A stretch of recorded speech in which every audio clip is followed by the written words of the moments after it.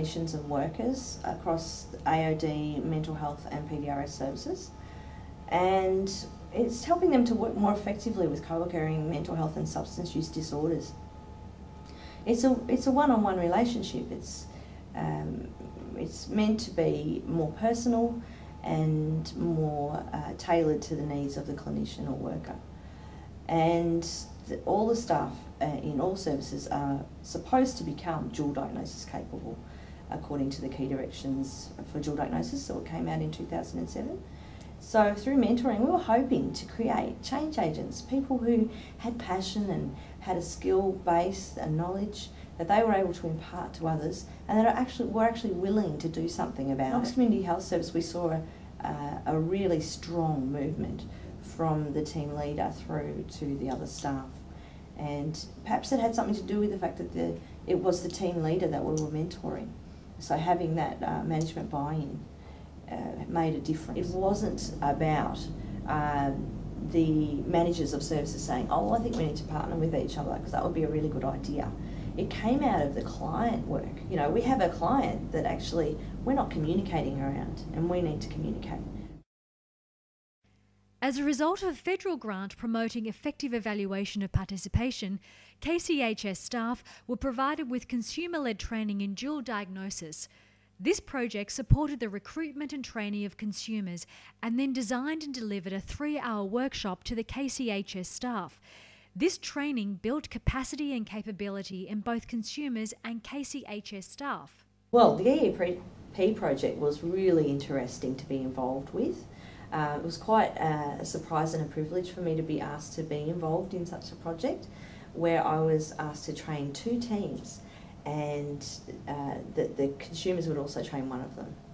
So working with the Knox team was great because we actually had people from the dental services, podiatry, admin, coming to the training that hadn't been trained before.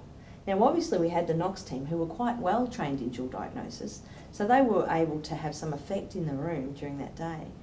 But it was really an exciting experience to be able to impart the dual diagnosis message to people who wouldn't necessarily know they were working with a dual diagnosis consumer. It was a step into a new arena. That's what it was like, a step into a new arena, and I have to say that the feedback that I get that it felt mighty good for people being able to actually deliver their thoughts and their opinions to professionals was something that I don't think that would have been in their scope previously. So it's sort of like it was a stepping up in no way that I think they would have conceived before they actually before they stepped into that project. So what I have seen is that a big, huge change in people since. So some of those people I've known that in that project I knew a little while beforehand for various reasons, and the change is that I guess there was a lot of enthusiasm and care around services. It wasn't just about them. Suddenly they saw things from a top-down perspective. A huge change in their thinking in that sense. That they were thinking along the lines of a pathway for themselves. Where to from here?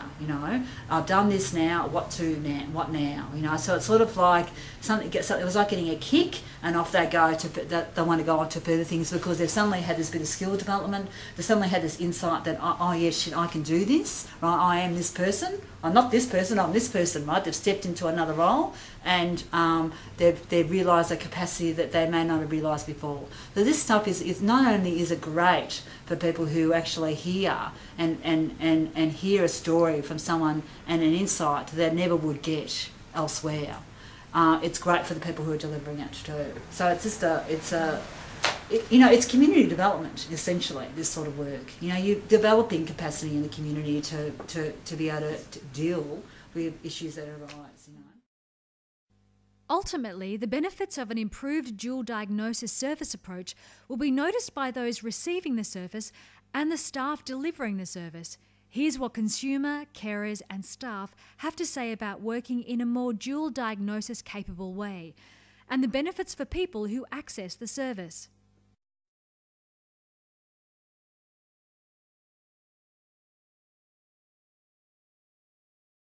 My life was completely unmanageable. I was addicted to heroin, amphetamines and alcohol, and my children had been removed from my care. Basically I was trying to get them back and just couldn't stop using. So I was doing urines on a regular basis and trying to keep them clean, but I was relapsing continuously and I was desperate for help. Well, my continual use of amphetamines had caused drug-induced psychosis, which I was taking medication for, but I wasn't able to stop using because I was extremely depressed, and the amphetamines were causing depression, as was the alcohol as well, I suppose. So it was a vicious circle. So I was unstable mentally. I was using different drugs, substance abuse drugs, and I was drinking quite heavily, and speed was a main issue for me at the time. That's why I came to Knox Community Health to try and beat the speed addiction that I have. Yeah, at the time I was hearing quite a few voices to do with my schizophrenia, and I wasn't able to continue my work in life correctly to the full. I was having to take days off because of my speed use, and because I was getting hangovers in the mornings.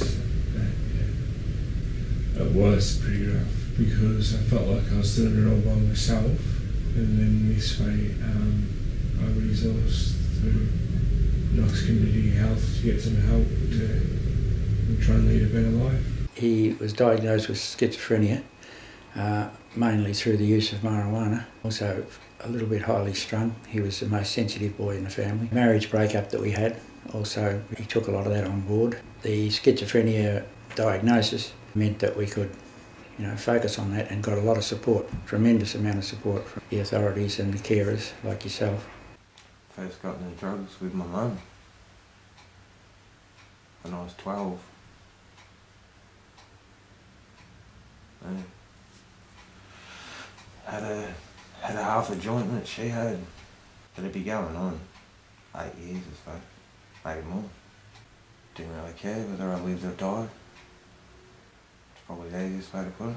I was constantly depressed, self-harming myself, and didn't care if I lived or died. It's too much to just point out one thing,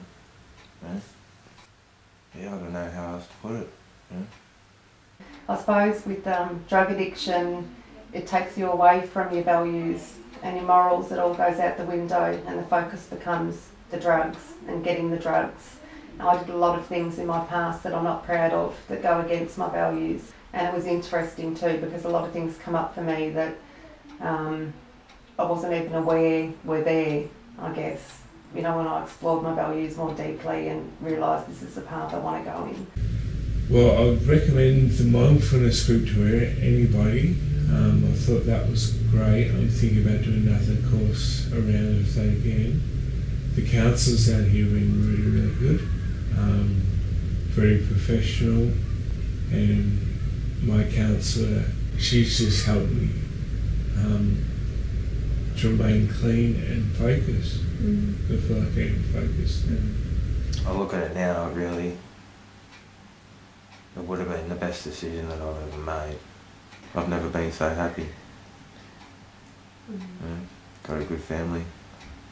I suppose in the past there's been a lot of emphasis on positive thinking and changing negative thoughts into positive thoughts. In psychology that's been the way, the approach people have taken. But with ACT, it's all about accepting the negative thoughts and just allowing them to be there. I suppose that's more realistic. My mental health has improved greatly since I've given up drugs and alcohol. Just the stableness on an even level. It's very much made me more focused, more in touch, in tune with myself and my body. I've noticed that if I do have a craving, I look more deeply into my body and realise, okay, I might be hungry or tired, or or I need some exercise. So it's been a lot more in tune with my body. Basically just learning to be in the now and live in the moment. I mean, in 12-step fellowships they talk about one day at a time, keeping it in the moment, and the mindfulness relapse prevention program really complements what I do in AA. So just to be here, be in the present moment, to be grounded, and to take time out and relax is really important, to quieten the mind. You know, it really helped focus on the breathing and quieten the mind. I found that excellent, and it's a really good tool to have, you know, when you're in addiction and struggling with addiction. The obsession is the most painful part of the disease, I believe, the obsession of the mind and the obsession to get more drugs at any cost.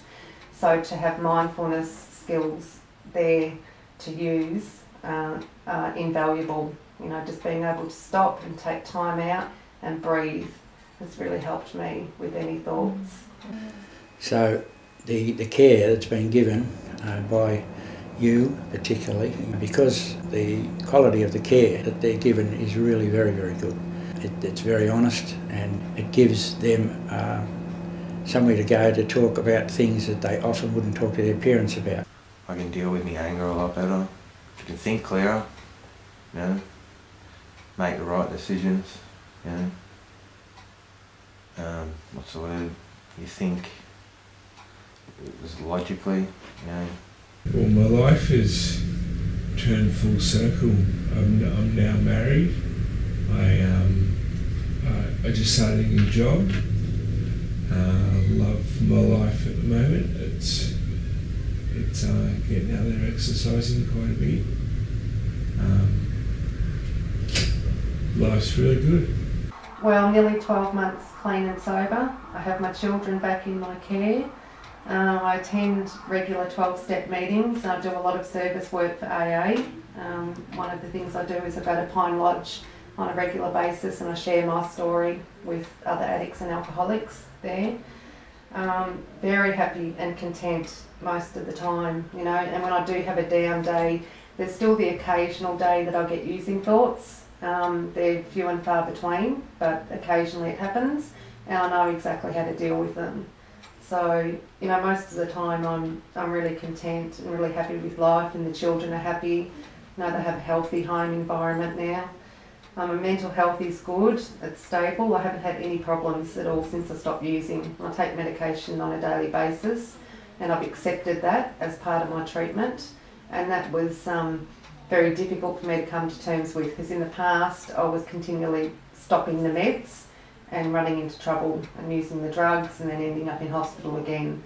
So it's been a big thing for me to accept the fact that I need the medication. It's made a massive difference. Massive difference. It was good to have the help there, you know. People, you know, telling you that you can do it, you know. People like me need places like this, you know. Just to get that support, you know. Drug addicts need places like this. It's made a massive difference.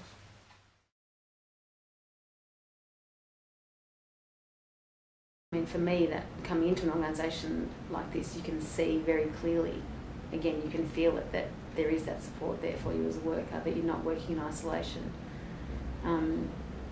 Clinical supervision has been an enormous support for me, being new to the role and sitting in a room with workers who have got significantly more experience than I have, but talking about the same issues and really getting a clear sense of, well, this work is supported. We've got access to line management, clinical supervision, group supervision, informal support. The support is all there on a number of different levels. In the past, when we didn't have those open doors with the other services such as Knox Community Health and Chandler, we did work in isolation. We were making referrals and crossing our fingers that all went well. We were ringing or having communication with clinical services when needed, and usually at crises, or when we had a bit of a grievance and weren't happy with how things were going, or when we didn't know what was going on. Now we have communication really regularly. We make referrals with confidence. We know the staff there, they know us, they receive the referrals with confidence too, and communication is happening all the time. So it's not just crisis driven, it's actually really